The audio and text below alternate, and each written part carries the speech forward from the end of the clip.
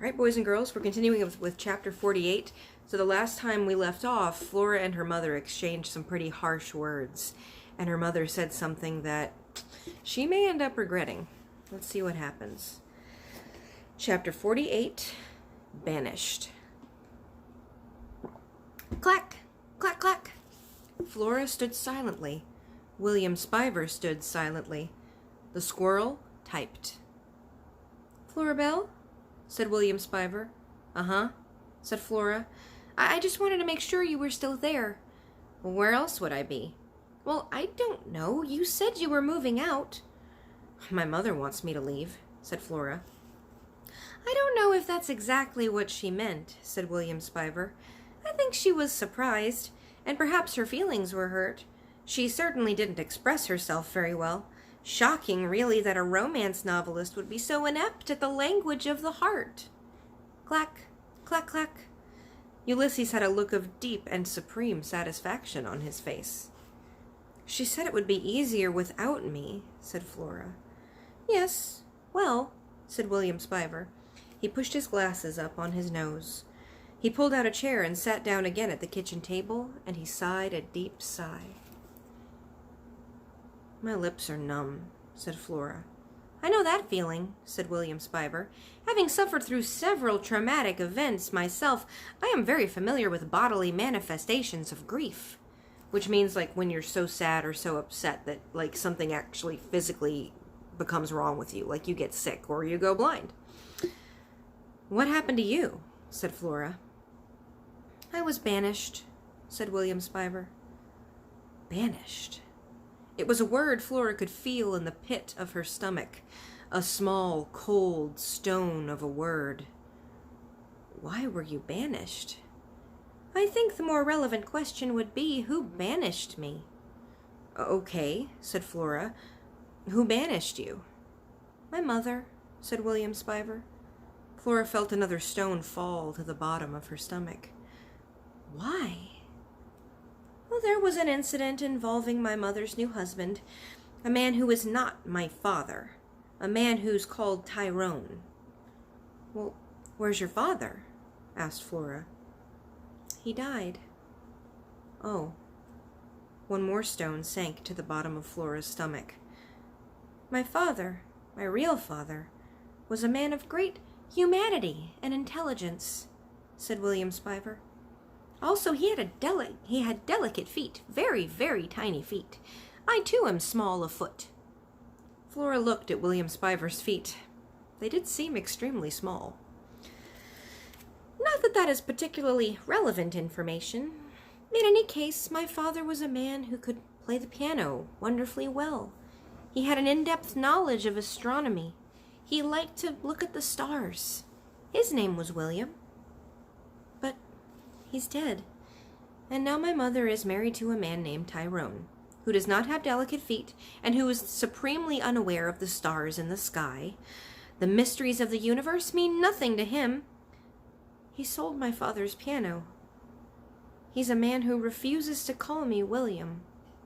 Instead, this man refers to me as Billy.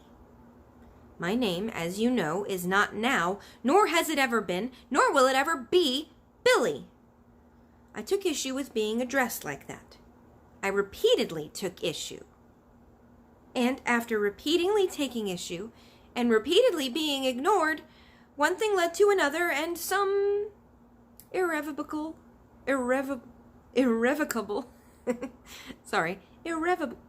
acts occurred. Irrevocable means you can't take it back. What thing led to another thing? Asked Flora. What I have so much trouble with that word. What irrevocable acts occurred? It's complicated, said William Spiver. I don't want to talk about it right now. But as long as we're asking each other questions of an emotionally fraught nature, why did you say your mother wanted a lamp for a daughter? It's complicated, said Flora. I'm certain it is, and I empathize. There was another long silence punctuated by the clack, clack, clacking of typewriter keys. The squirrel's working on another poem, I suppose, said William Spiver. I guess. Sounds like a long one, epic in nature. What in the world would a squirrel have to write about at such length? A lot happened today, said Flora. It was late afternoon. The shadows of the elm and the maple tree in the backyard entered the kitchen and flung themselves in purple lines across the floor. Flora would miss those shadows when she moved away. She would miss the trees. She supposed she would even miss William Spiver. And then, almost as if he were reading her mind, William Spiver said to her, I meant what I said. I'm here because I was looking for you. I missed you. Flora's heart, the lonely, many-armed squid of her heart, flipped and flailed inside of her. That's interesting. She's comparing her own heart to that giant squid. And what was that squid? Lonely. She opened her mouth to say it didn't matter. Not really, not now. But, as usual, what she intended to say to William Spiver and what she said were two different things. The sentence Flora had intended to say was, it doesn't matter.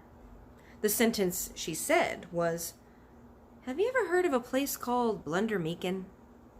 Pardon me, said William Spiver. He held up his right hand. I don't mean to alarm you, but do you smell smoke? Flora sniffed. She did smell smoke. Now there was going to be a fire on top of everything else? For the love of Pete. Chapter 49. Chapter 49. Good news, Florabelle. Flora's mother and father entered the kitchen together. Her mother had a cigarette in her mouth. Her mother was smoking? Her father had his arm around her mother's shoulder. This was almost as alarming as seeing her mother smoke. Her mother and her father never touched any more. Good news, Florabelle, said her father. Really? Said Flora. She never believed it when someone said there was good news. In her experience, when there was good news, people just said what the good news was. If there was bad news and they wanted you to believe it was good news, then they said, good news. And if there was really bad news, they said, good news, Florabelle. Your mother thinks it would be wonderful to have the squirrel stay here, said her father. What? Said Flora. Here? With her? And where am I supposed to stay? Here, said her father, with your mother. You, your mother, and the squirrel. That's what your mother would like. Flora looked at her mother. Mom, she said. I would be honored, said her mother. She took a long drag on her cigarette, and her hand was trembling. Why are you smoking? Said Flora. I thought you stopped. It seemed like maybe the wrong time to stop, said her mother. She squinted. I'm under a lot of pressure right now. Speaking of which, I see that squirrel is typing on my typewriter, where I write. Well, he writes poetry, said William Spiver, not fiction. Let's just have a look-see, said Flora's mother. She walked over to the typewriter and stood looking down at Ulysses and the words on the page.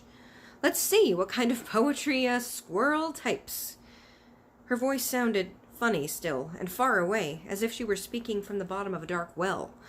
Actually, what she sounded like was a robot, someone pretending to be human and doing a lousy job of it. Flora felt a little flicker of fear. Let me just light another cigarette here, said her mother in her robot voice. She lit a new cigarette from the tip of the old one, which was, of course, chain-smoking and dangerous behavior in the best of times. And this, obviously, was not the best of times.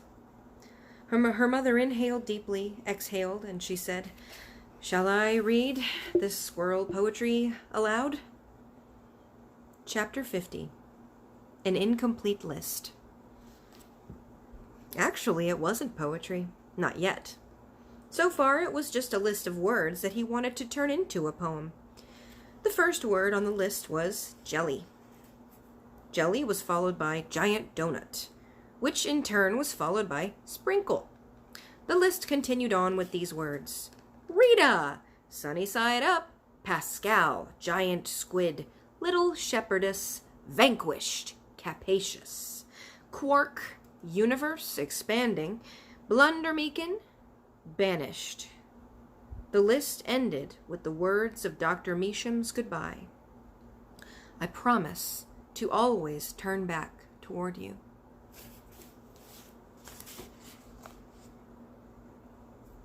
There's Flora's mom reading the poetry. There's Ulysses looking up at her. Doesn't look super happy. The words were good words, Ulysses felt. Maybe even great words, but the list was very incomplete. He was just getting started.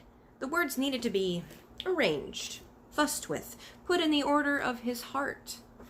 All of this to say that when Flora's mother read the list out loud, it didn't sound terribly impressive. Oh gosh, that's some swell poetry, said George Buckman. Not really, said William Spiver. There's no point in lying to him. Even if he is a squirrel, it's actually pretty lousy poetry, but I do like that last part. The part about turning back, that has some emotional heft to it. Heft means weight. So he's saying that it sounds like it really means something. Well, I think it's just great, said Flora's mother, and I'm glad to welcome another writer into the family. She patted Ulysses on the head, too forcefully, he felt. The pat approached violence. We are going to be one happy little family, said Flora's mother. She gave Ulysses another whack disguised as a pat.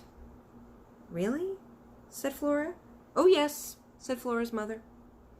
There was a knock at the back door. Yoo-hoo! Someone called out. Tooty, thought Ulysses. Tooty, said Flora. Mrs. Tickham, said Flora's mother, do come in. We were just reading some of the words the squirrel typed. Ha ha, we were reading squirrel poetry. William, said Tooty, I've been calling and calling you. I didn't hear you. Well, I must admit I wasn't calling very loudly, said Tooty. Oh, what did Ulysses type? Flora's mother read the list of words again. Tooty put her hand over her heart and said, Oh, those last lines are beautiful. Heartbreaking. Those last lines are the only bit of coherence to the whole thing, said William Spiver. I've been inspired by Ulysses to write a little poetry of my own, said Tooty. Ulysses felt himself puff up. He had inspired Tooty. He turned and sniffed his tail. I'd like to read your poetry, Tooty, said Flora. Well, we really should have a poetry reading at some point. I'm sure Ulysses would enjoy that. The squirrel nodded. Yes, he would enjoy that. He would also enjoy a bite to eat. Dr. Meacham's jelly sandwiches had been wonderful, but that was a long time ago. He would like to eat, and he would like for Tooty to read poetry to him, and he would like to work on his own poem. Also, he would like for Flora's mother to quit pounding him on the head, which she was doing again right now. William, said Tooty, your mother called for you. Did she? Said William Spiver. His voice was squeaky with hope. Really? Did she ask for me to come home? Unfortunately not, said Tooty, but it's dinner time. Come home with me and eat something. Home, thought Ulysses. Oh, that's a good word. Dinner's a good word, too. He turned back to the typewriter. He searched for the H. Chapter 51. Possessed. Things were very strange. Her mother insisted that they sit together at the dining room table, the three of them. She also insisted that Ulysses sit in a chair, which was ridiculous, because if he sat in a chair, he wouldn't be able to reach the table. He can sit here with me, said Flora.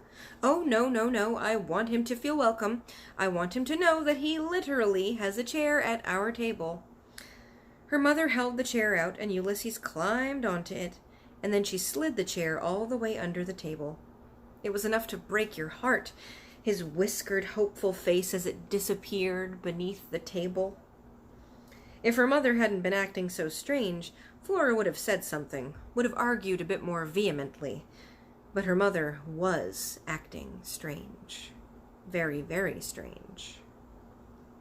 Not only was her voice robotic, She was also saying things that she would never have said before, expressing sentiments that seemed to be at odds with the mother Flora had always known. For instance, wanting to have a squirrel at a chair at the table. For instance, encouraging Flora to have a second helping of macaroni and cheese. For instance, saying nothing about Flora's potential stoutness as Flora consumed the second helping of macaroni and cheese. It was almost as if her mother were possessed. Terrible things can happen to you had done an issue called Devils, Dibbocks, and Curses. Apparently, throughout history, people who acted strange have been accused of being inhabited by a demon or an alien from outer space. According to Terrible Things, these people were most likely not possessed. Rather, their psyches had been pushed by some extraordinary event, pushing themselves to the breaking point, and they had experienced some sort of nervous collapse. Flora's guess was that a typing, flying squirrel was much more than Flora's mother's psyche could manage.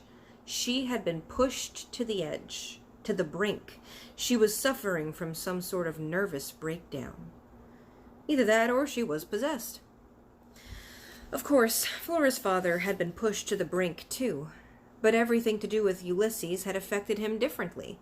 It had cheered him up somehow, maybe because of the holy begumbaness of it all, reminding him of Incandesto and Dolores, and also the possibility of impossible things. "Can't I come live with you?" Flora had said to her father when he left that night. "Absolutely you can come live with me," said her father, "but your mother needs you right now." "She doesn't need me," said Flora. "She said her life would be easier without me." "I think your mother has forgotten how to say what she means," said her father. "Plus," said Flora, "she hates Ulysses. I can't live with someone who hates my squirrel." "Give her a chance," said her father. "Right," said Flora. As her father left the house that night, Flora had whispered the words of Dr. Measham's goodbye to him, and even though there was no way he could hear her, Flora was disappointed when her father didn't turn around, back towards her. But anyway, here she was, giving her mother a chance, which, as far as Flora could tell, meant watching Phyllis Buckman use the candle of the dining room table to light cigarette after cigarette. Ugh. Flora fully expected that at some point her mother's hair would catch fire. What do you do when someone's hair catches fire? It had something to do with a throw rug. You beat them over the head with a throw rug. Yes, that was it. Flora looked around the dining room. Did they even have a throw rug? She caught sight of the little shepherdess standing at the bottom of the stairs. Marianne was looking at Flora and her mother with a jaded, judgmental eye. For once, Flora agreed with the lamp. Things were out of control. Her mother said, "Well, it is such a delight to spend time with the members of my family, rodent and otherwise, but my head hurts. I think I'll go upstairs and rest my eyes." "Okay," said Flora.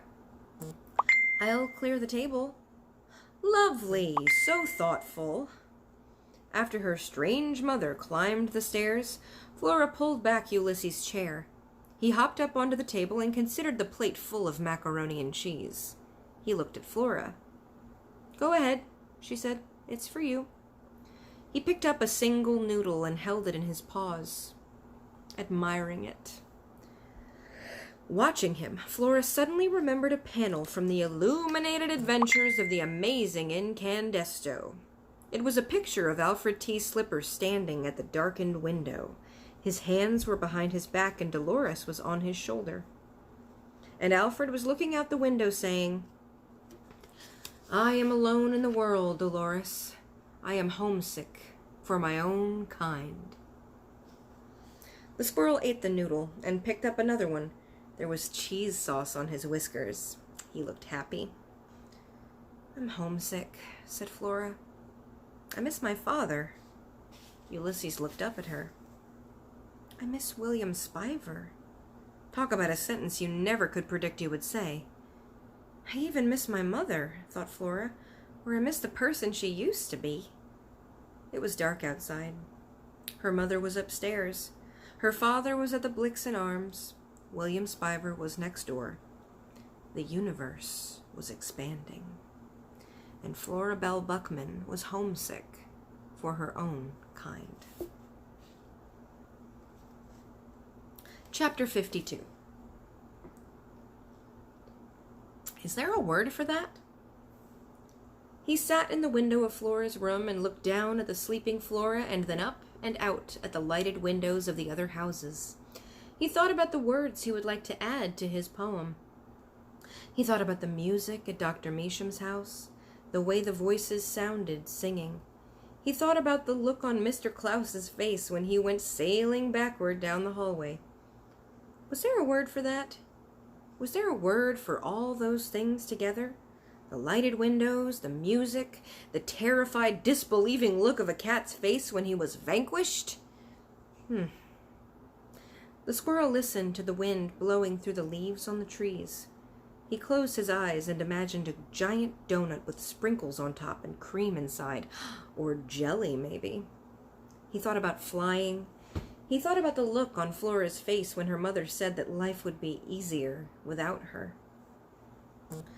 What was a squirrel supposed to do with all of these thoughts and feelings? Flora let out a small snore. Ulysses opened his eyes. He kept them open until the lights in the windows of the other houses went off, one by one, and the world went dark except for a single street light at the end of the block. The street light fizzled into darkness and then flared back into life, and then fizzled again. Darkness. Light. Darkness. Light. What, Ulysses wondered, does that street light want to say? He thought about William Spiver. He thought about the word banished and the word homesick. He imagined typing the words and watching them appear on the paper, letter by letter.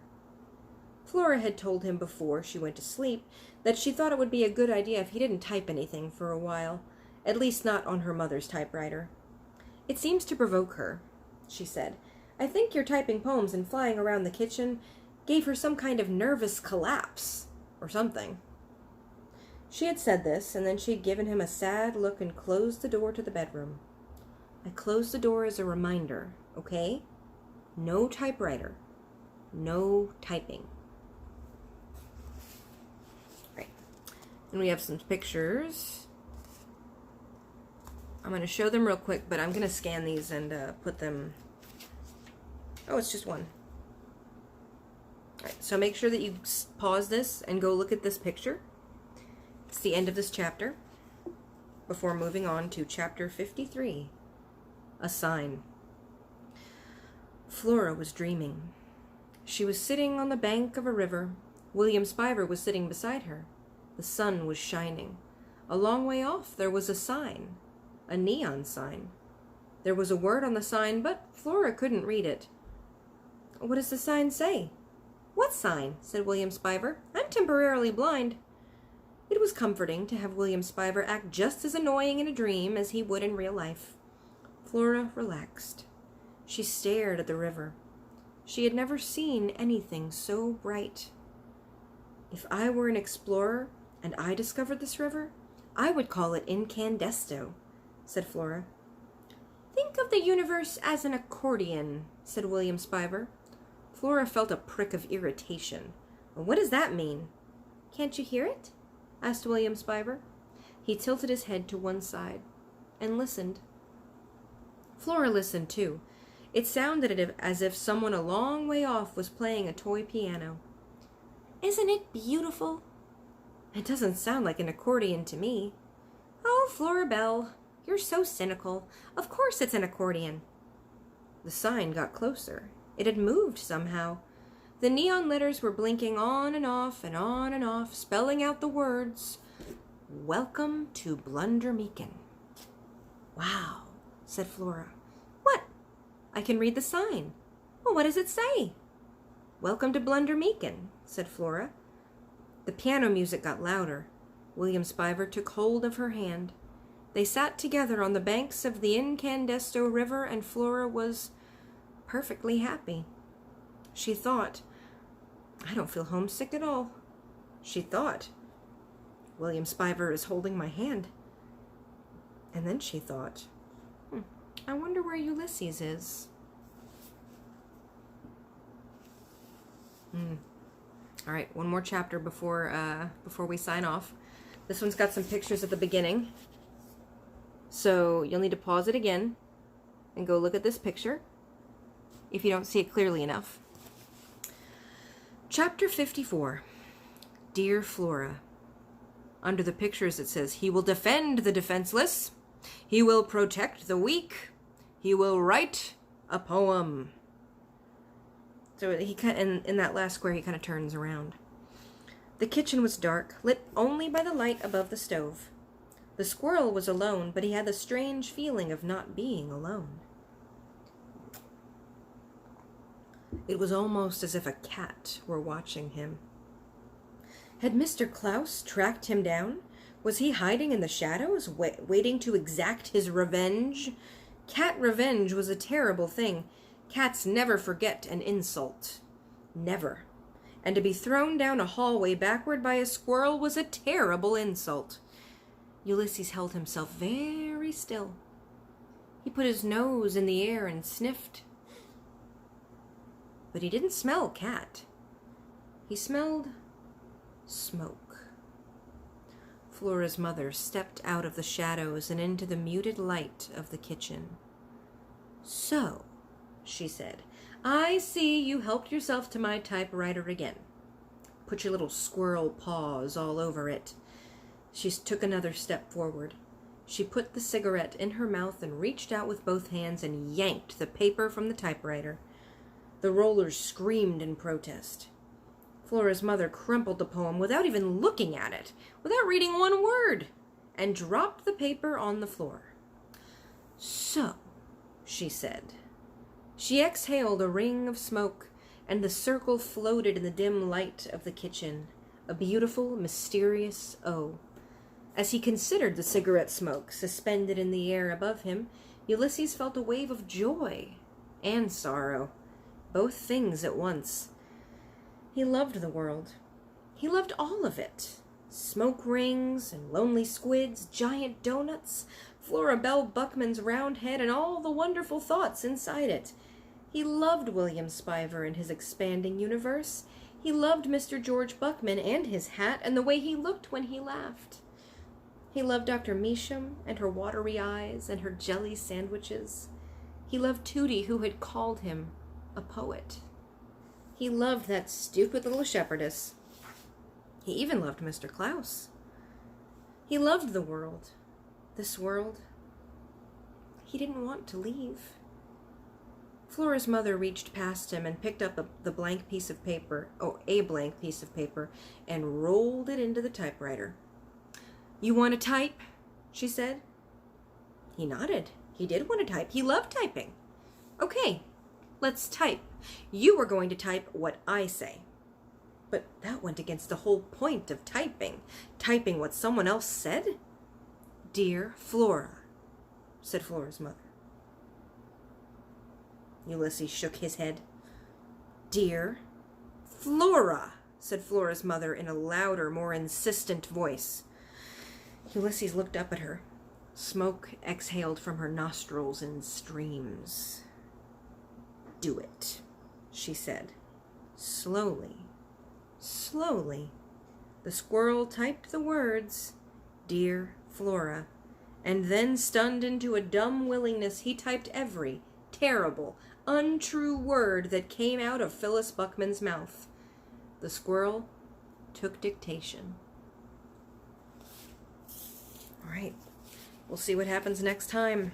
This was a long one, but we've got to finish this book before school's over. All right, you know the drill. Go to your dialogue journal. There will be some new boxes. You read my question and get started. All right, y'all.